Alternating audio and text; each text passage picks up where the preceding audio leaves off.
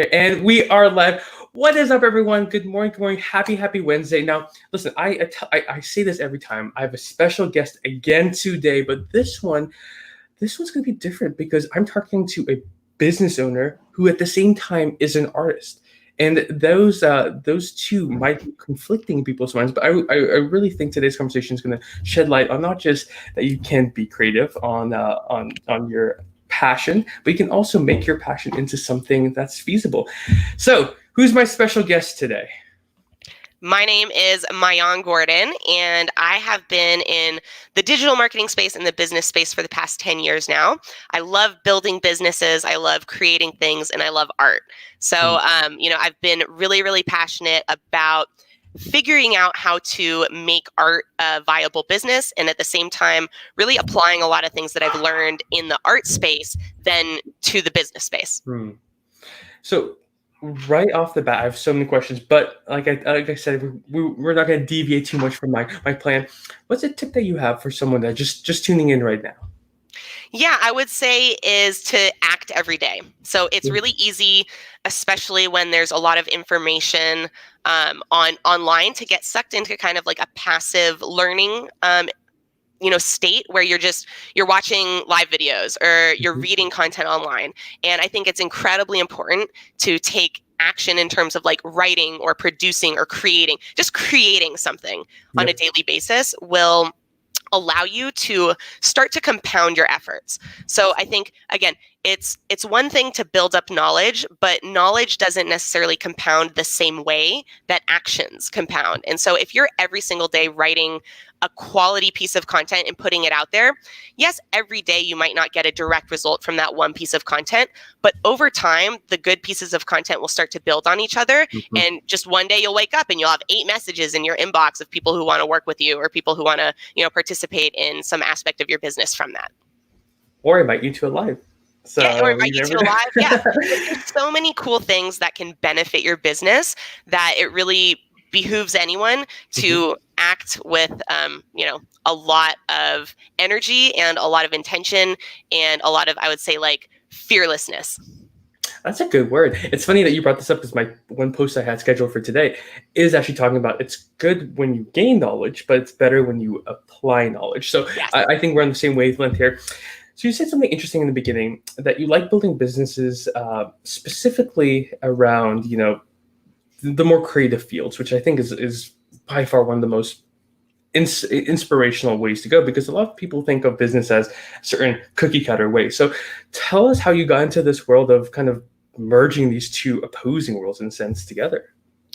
Yeah, I think what really made me start to fuse in my mind art or creativity with business was through my glassblowing business. I was able to see that price and perceived value were not in any way tied to product or service. In the fact that I could sell a glass necklace, like a glass pendant piece, that was the same design for anywhere between $20 and $200, depending on several factors, including the color of the piece, just like strictly that would change the price.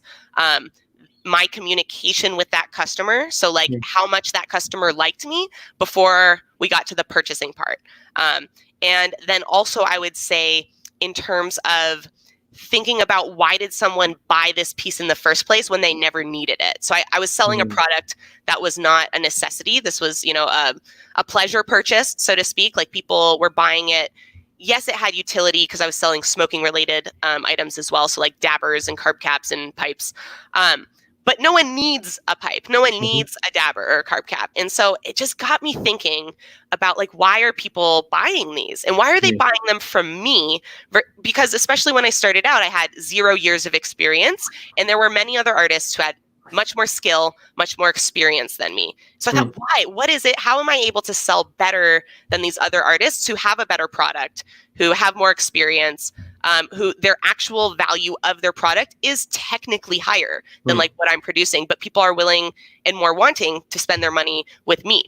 And then in combination with that, I had a good number of customers who would buy between 10 and 20 plus of a singular design. So like no one ever needs more than one of something typically. And so it was just like mind boggling to me. Like, why do they keep buying these things they don't need? And it's just, people love to purchase things. One, two, people love to collect things. Three, people love to engage continuously with a brand that makes them feel good. And a lot of times that engagement comes through purchasing. Yes, it comes through commenting and these other things, but what makes a customer really feel good about being a part of a business is their purchase. And so I think realizing that those are all things that apply not just to the art space, but to absolutely any business is what got me really excited inherently, I think, about building more types of businesses outside of the art space and kind of starting to pay attention to, okay, how does a food business work? And like, what are the ways that a food business, increases its perceived value or deepens its customer loyalty? And then again, just applying that to every other industry that I came across and seeing, oh, wow, there's like different, cool, fun, creative ways within every different type of business. I love that. And actually, I'm thinking because I do want to know more about your background, but I think we're going to do the Tim Ferriss way. We're going to jump around a little bit more. One thing that we kind of talked about, which one of the big reasons I brought you in is, I think a lot of people are a couple of steps behind you, where they see, okay, I have a product, I have a solution that is really good, it's benefiting someone, it's giving them that feeling, but I don't know how to get started selling or increasing my perceived value, because in my brain there's brand and there's commodities, right? So a lot of people are playing the commodity space, which is fine, you can do well. Walmart's a company that built its game on lowering the commodity price, but then there are businesses like Target or Costco that have more perceived value, and you spend a little bit more there. So what's your mindset with getting people started to take that very first action, whether it's just give it that. Yeah, I would say is you really have to work on your fear of failure, because that's really what holds people back from acting ever. So you're afraid that you're going to waste your time, or you're afraid that you're going to give off a perception of your brand that you don't want to give off. And instead, you need to realize that the faster you start acting, the more you're going to learn about those things and be certain about doing or not doing them in the future. So I think the worst thing any business or brand or person can do for their business, especially starting out, is to have uncertainty. Like, you have to have complete certainty in your product, in your business, in your intent. I would say in your intentions. If you can have 100% certainty in your intentions that you are there to deliver value and to help your customers, then it's okay to make mistakes. We're human beings, you guys. Like, you're going to make mistakes. It's much better to be like, I'm 100% in on this, and then put something out and someone give you feedback. Hey, that didn't really make me very happy. Or, hey, I thought this was like a bad idea for you to do. And then you get that feedback and you communicate back with them. Thank you so much. The reason I did it was this. I totally see where you're coming from, and I'm going to take that into consideration. Not only does that actually help you improve your brand and your business on a constant basis, because you're always open to getting that feedback and not scared of it, but at the same time, those customers who start giving you feedback, I think a lot of people get into this worried state of, if a customer has negative feedback for me, that means they're not going to be my customer anymore. When in reality, those can be turned into some of your best, most loyal, diehard customers, because it gives you the opportunity to demonstrate real caring and real intent towards that customer. But by again saying, I really appreciate like you giving me this feedback, I value it, and I might even implement it. When a customer has their opinion implemented by a business, it's like, I love that business now. Like, they valued me. They actually took action towards like the thing that I thought was a problem. And again, when you solve the problem that someone had with your business, now they don't have a problem with your business anymore. So, and then again, at the same time, you're then preventing any future customer who would be similar to them from having that opinion or that negative response to your business. So realize that when you start out your business, there's no way your business is going to be perfect. And so if you take actions to figure out what parts of it aren't perfect the fastest, that's what's going to give you advantage over all the other companies who are trying to hide their weaknesses or their things that they're not good at, instead of exposing them very, very quickly and then working on them. Like that, for me, one, it makes sense. Like that's how you build a better business. Two, like think about the level of integrity and trust that builds with your customer base. To be like, you know what, we're not perfect, but we promise you guys, we swear that all of our intentions and all of our efforts are going towards you and making this quality product, service, business. And so that's why we're willing to show you these parts that we're not good at, because we want to get better. And that builds an amazing community and amazing customer loyalty. Absolutely. And I think I'm hearing all this information, I think, is so apparent in the business world, right? There's really no rules for anything. I think, and this is something I think we both share and everyone shares, is that we get this for our businesses. We understand that. But we get scared with our marketing. And we shy away from taking the leaps and bounds needed to stand out as a brand today. So I want to talk to you about what your thoughts are on the current state of marketing and what you're potentially seeing out there that's could benefit you, or that's benefiting you or the people you work with. Yeah, again, I think this is a more tricky area, because people are correct in having some amount of worry about like their brand reputation or how they're being perceived.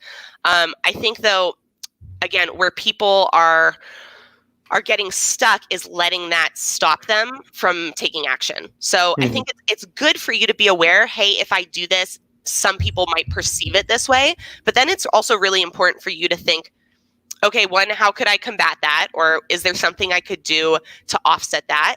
And then two, are those people who would get offended, are they the people I care about? Are they people who are already my customers? Like I would say, in terms of hierarchy, you should care about the most. People who have already supported you and are your customers should be number one. Number two should be people who have like high potential to become your customer, or I would say on the same level, people who maybe would never become your customer, but are huge proponents of your business. Like they actively demonstrate that they support you and they are loud about it. Below that, I would say, are people who don't yet have interest in your business at all, but are interested in things that indicate they might be interested in the future. And then very last are, I would call, not haters, but there's a bunch of people on the internet who are going to see your stuff and not like it, but they're also not people who would ever be your customers in the first place. And I think this is the main group of people worry about getting upset at their stuff. So make sure that you analyze what's the group of people I'm worried about having this negative reaction. And if that group doesn't fall into some of those top categories, go ahead and do that marketing anyways and see what happens. Because I think if you piss off people who are never going to be your customers, that's fine. Honestly, sometimes, again, can be a good thing, because, and I've experienced this a lot in my glassblowing business, is I'll do something that pisses off a certain group of people, and then they'll, make fun of me on their pages, but they do it in a way that makes me look good to my actual customer base. So, for example, like I said, I'm not a super seasoned artist. Like I'm 5 years into glassblowing, which is still very novice level. I think you get into, I would say, intermediate expert area when you're 10 plus, and then you're expert level when you've been blowing glass for like 20 plus years typically. And so I got a lot of hate from artists who had been blowing glass for 10 to 20 years when I started out year one selling pieces. They were like, that's garbage. And they would take screenshots of my Instagram posts and be like, and then write funny memes, create little, making fun of me memes. And again, like at first, honestly, it really was affected me emotionally, but then I started to, get my mindset right, really try and shift my mindset to realize I don't care what those people think. They never wanted to support me in the first place. Like, they're my competition, so of course they're trying to like make me like that's how business works. Is sometimes your competition will try and make you look bad. But again, that they were actually driving customers to me, because what would happen is people would see that and they'd go, "Huh, let me check this person out and see what's going on with like why this other artist is like blasting them." And then they'd check out my page, see kind of my brand identity, which is a really positive brand identity, see my pieces, find something that they liked, and now now they're my customer. I think in general, people don't like to be told what to think. And so when another business is telling their customers what to think, a lot of times the customers are going to go outside and try and validate that in some way, and make their own decision. Excellent. Got cut off there for a second, but I think Sorry about that. No. It's both of us. It's everyone's using the bandwidth. See, they're haters too, so it's okay. We're gonna rebound. But I think I came more with you. I think having a specific stance, right? So I think that's why a mutual friend of ours connected us, I think, because we both have a very positive outlook on the world, which I think it doesn't run counterintuitive to people, but I think we've doubled down on the fact that just that's who we are. And I've gotten some hate, that's turned into business leads in my business, which I think is so funny to think about. But that's where I kind of want to spend a little bit more time, because someone has a very sizable following on LinkedIn, Instagram, TikTok, which is fantastic. And by no means, that doesn't happen overnight. It's work. But going off of that, you do get a lot of probably conflicting, feelings when it comes to the art that you put out. How are you able to deal with, especially at the caliber that you are? I mean, you have 1.7 million followers on TikTok. Like, majority, 99% is good, but how do you stay positive when you do see those negative comments come in? Because sometimes it does affect us. Yeah, I would say, now it's really easy for me, because I'm in a space where I've really built my life by design. So like my life is, I would say, 80 to 90% exactly how I would ideally live it right now. And I'm just incredibly empathetic towards people who are not in that space. And I realize how unhappy it makes you to be in a space where, let's say, 50% of your or less of your life is like your choice of what you want to be doing or spending your time or energy on. And I realized it took me a lot of just telling myself specific thoughts in my head of, like, when I was dealing with these glassblowers, of being like, telling myself, they've been working for 20 years and I'm making more money than them. Like, of course they're upset. Like feel bad for that. It's really easy to not let something affect you when you can really understand where it came from. It's that combined, I would say, with really taking the time, again, like over and over, to sit and think and visualize and feel, have I ever wanted to be mean to someone when I was truly happy? And the answer is no. Like, it hurts to be mean to other people, especially when you're actually, like, you don't notice it when you're already hurting. But when you're happy and you say something mean to someone and you notice that they're sad, like, you feel it. You're like, oh shit, like, I wish I could take that back. Damn, we were all happy and now I just made you unhappy and now I feel you're like, it's just not how human beings rationally behave when they're happy. So when someone's being negative in any way towards me, I know that inherently and initially they're not in a happy place. And so there's still a part of me, and I would say not a huge part, but a strong part. So let's say maybe it's only 5%, but it's still a really strong 5% that comes out sometimes. And I have to really audit myself, trying to, I would say, grow into the person I see myself being and the person that I want to be versus the person I am now. Is that sometimes I'm combative towards that. And, someone's like I'll post a piece of glass and they'll be like, what, you want $250 for that? In my initial gut is to be like, yeah, sorry you don't know shit about glass. Like, sorry that you're not educated about art. Sorry you don't know anything, right? But like, that one, that doesn't help me or make me look good. Two, it's not empathetic towards where they're starting from. Like, it's mean to be extra mean to someone who's already hurting, especially if you know that, just so you can feel right, or so that you can feel like you're winning. And I'm already winning. And so sometimes I have to tell myself that. It's like, you don't need to do anything here. You can ignore that. Or you could delete that comment, or you could say something that helps educate that person. But no, even for me, someone who's really positive, who has, again, 100% intentions of being nice to everyone, that sometimes my response to people being negative towards me is initially negative. So if that's something you struggle with, that's okay. That's how society has brainwashed us to react. There's just so many systems built in society that teach you as you're growing up to react in negative ways to things. And there's very little that has like truly positive framework structure. And so you're going to have to work on that yourself. Like that's something you're going to have to find positive content to listen to.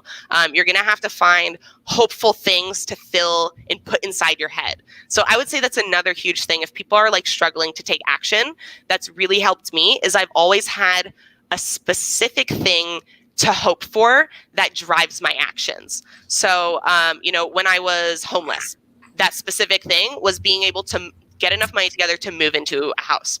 Right now, the thing that's getting me really excited is I own a duplex and I live in the upper unit. And when the lease for our lower tenants is up, we're going to be moving into the lower unit, which is much, much bigger. So, and I know though that it's because of that, I'm going to not get an extra like $300-400 in rent from that. So I'm going to have to make an extra $300-400. So there's added responsibility. And that means I'm going to have to take maybe not extra action, but take proper action to ensure that I can, sustain that. And so that motivates me. I've hoped that like my life is going to change and get better.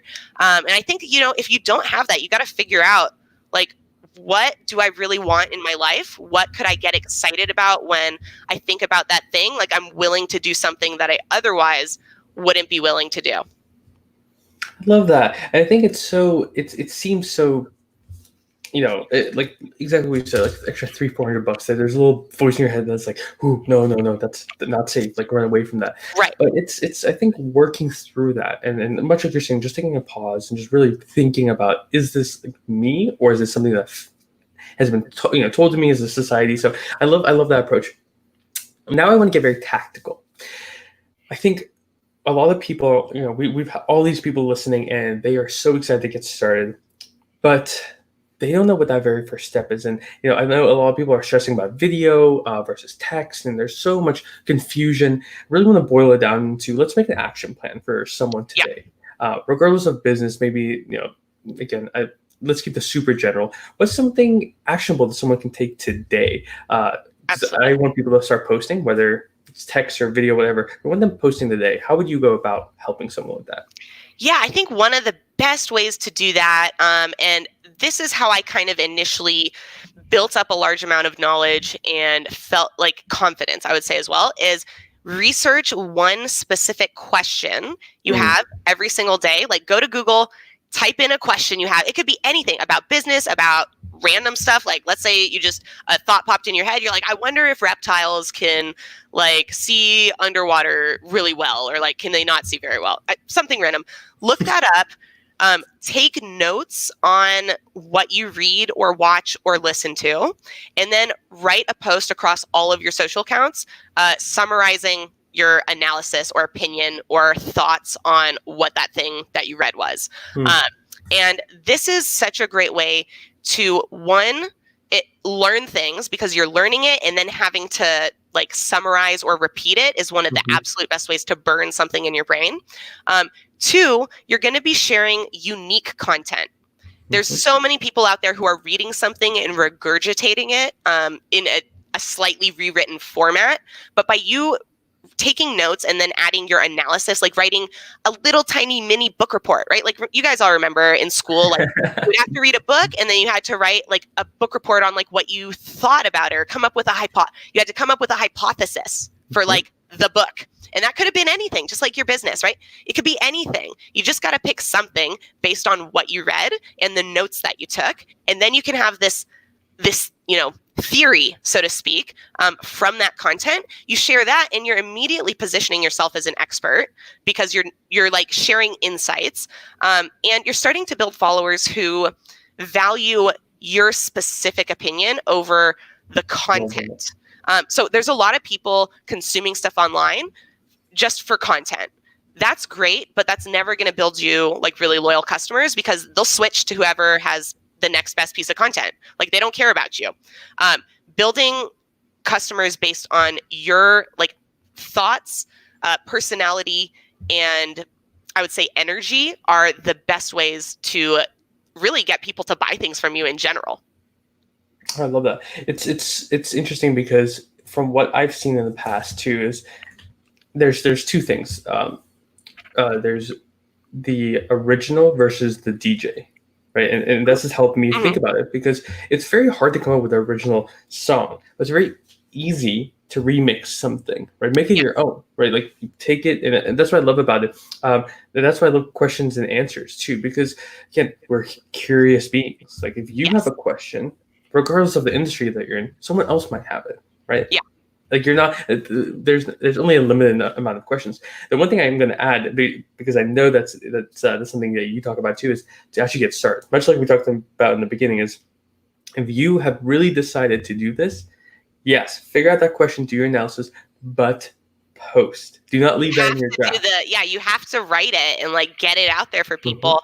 And if you're worried, I think this is where people get into that worried stuck phase. Like, but what if people think I'm stupid? Like, what if people don't like my thoughts or analysis for whatever reason? And again, either you'll get feedback on that and how to improve. Like maybe it wasn't your thoughts, maybe it was how you communicated your Mhm. thoughts. I think many, many more people have problems with their communication style over their content that they're communicating.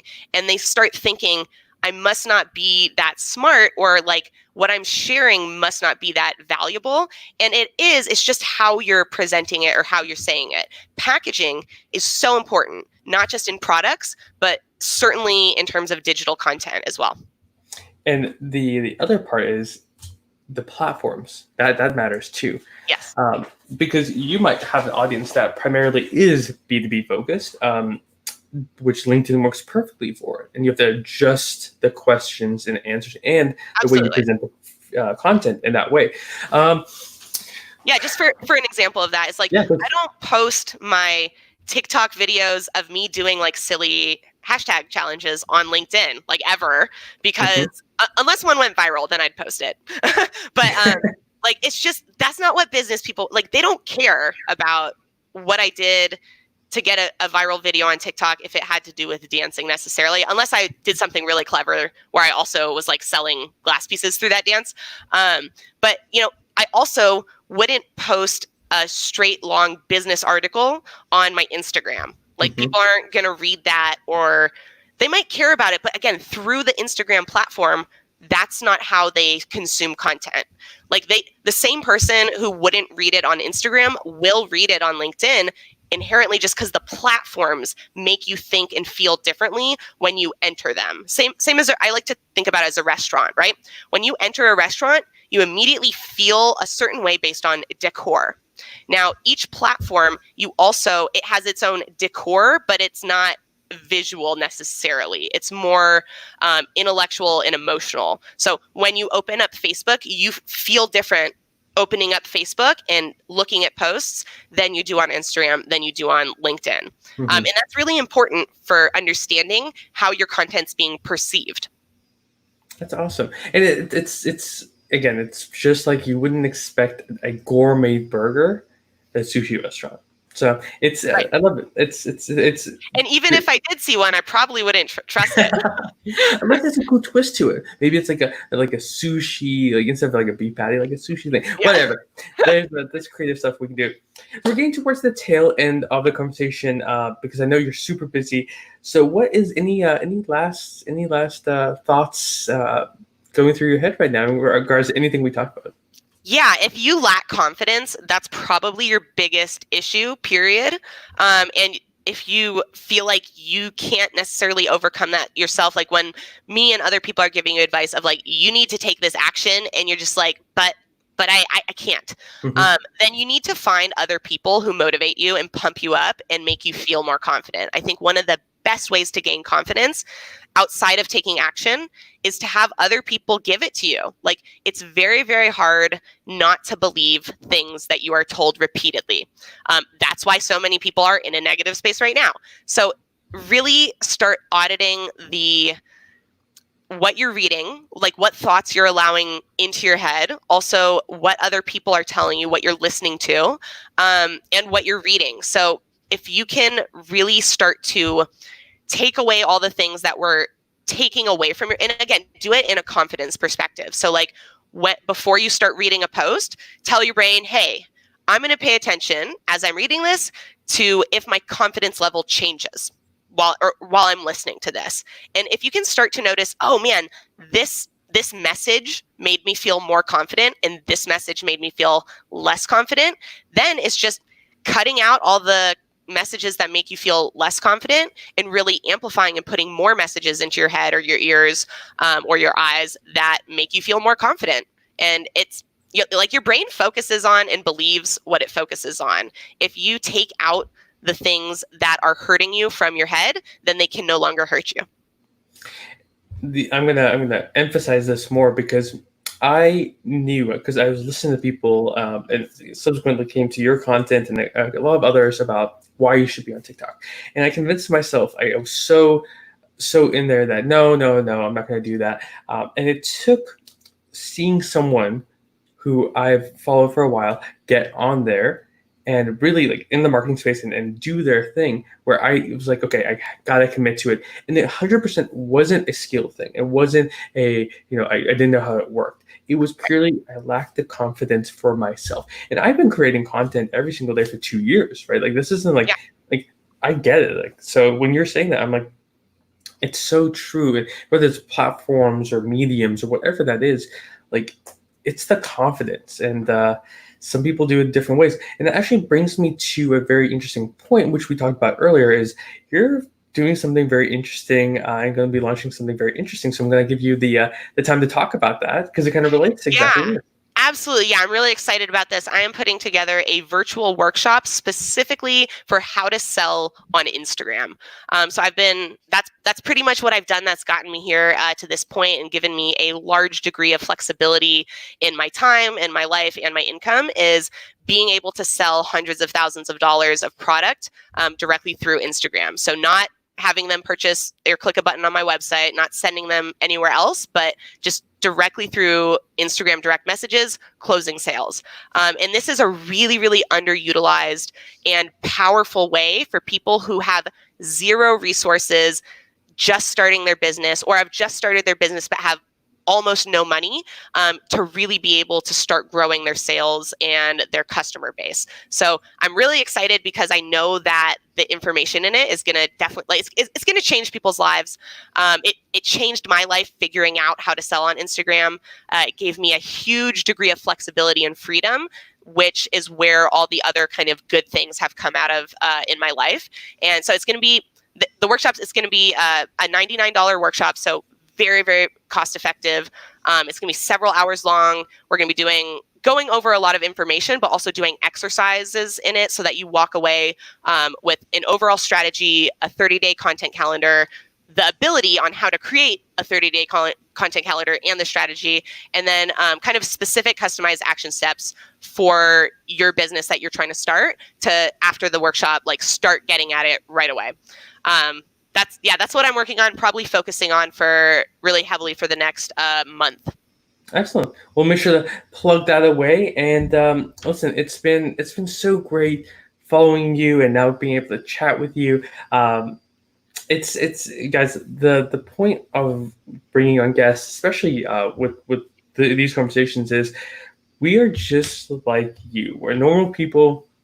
And we fell into content. I bet the first time you posted your first video, it was intimidating the very first time. Oh my God. I used to be so scared of being on video. And like literally every video I would post, the thoughts in my head would be, that sucks. That's not, like all negative thoughts, no good thoughts. And you guys, it takes a lot of practice and a lot of work to turn yourself into what you want to be, to turn your business into what you want it to be. So just like, I would say acceptance is the other really big thing I would push on people, is accept in your core that it's going to take 20 years for you to build your business. And once you accept that, then there's no time limit on it. Then it's all about, then it's so easy. I think people are really just putting a deadline on it. And then they're feeling this pressure that doesn't have to exist. When you take the pressure off, it allows you that, that breathing room to experiment more, to make more mistakes, to be okay with the fact that maybe you spent 8 hours today working on your business and only 2 of them were as productive as you wanted, and realizing, awesome, now I'm 2 hours closer to like that goal of where I want to be. It's not, it's not a race. It's really more like a climb to the top. So speed doesn't matter in terms of your happiness. Yep. Speed only matters in terms of a day. I really like how Gary Vee says it, like speed in the micro. Every single day, if you get as much done as you can in that day, then you never have to worry about what's getting done in a yearly basis, because it'll always be more than you expected. Yep. And even if something messes up, you're able to rebound faster than the average person. Absolutely. This has been one of the best conversations I've had, not just today, but this week. So thank you so Thank much. you. We'll Yeah. chat for a couple minutes after. But besides Instagram, LinkedIn, good places to find you? LinkedIn is great. Yeah, definitely follow me or connect with me on LinkedIn. I post probably like 3 to 6 pieces of content on here daily. It's my favorite platform right now. I won't even lie. I love LinkedIn. It's can't get away with it. Can't get away from it. There you go. So we'll chat for a couple minutes after. But thank you so much for being on again.